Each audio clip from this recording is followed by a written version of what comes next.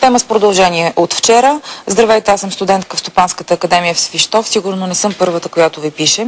Тази сутрин гледах репортажа ви. Искам да ви помоля, ако наистина поканите ректора в студиото, да обясни на всички студенти, защо тази година са намалени стипендиите и то са класирани студенти само с успех над 5,50.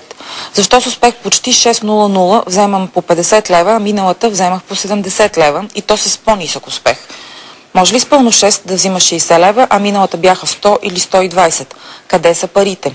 Надявам се да помогнете в изясняването на тези въпроси. Моля ви самоличността ми да остане анонимна. Благодаря ви предварително. Ние сме поканили преди доста време ректора на Стопанската академия в Свищов, така че очакваме неговото гостуване в студиото или може би наживо оттам. Особено на фона на вчерашните разкрити обвинения, които за пореден път отидоха в неговата градинка. Да, имаме изключително много имейли от студенти, учещи в Стопанската академия. Няколко са и сигналите за намаляване на стипендиите за сметка на увеличаване на заплатите на преподавателите там. Ще зададем, разбира се, всички тези въпроси, но аз това, което ви бих помолила е, ако наистина имате проблеми, има какво да ни сигнализирате, за да ни кажете, че в този университет има нередности, включително ни пишете и за сигнали за много сериозни нередности.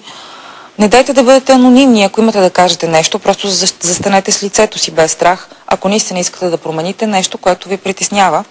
Ние ще попитаме и ще зададем тези въпроси, защото много хора ни пишат, но пак ви моля, ако искате наистина нещо да се...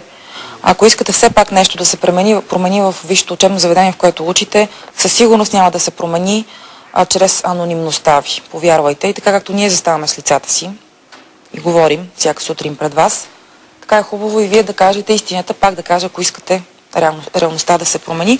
А сега продуцента ни Петър Томов ми казва, че и вчера ръководството на Стопанската академия в Свищов с нощи е отказало да гостува в студиото ни. Байган.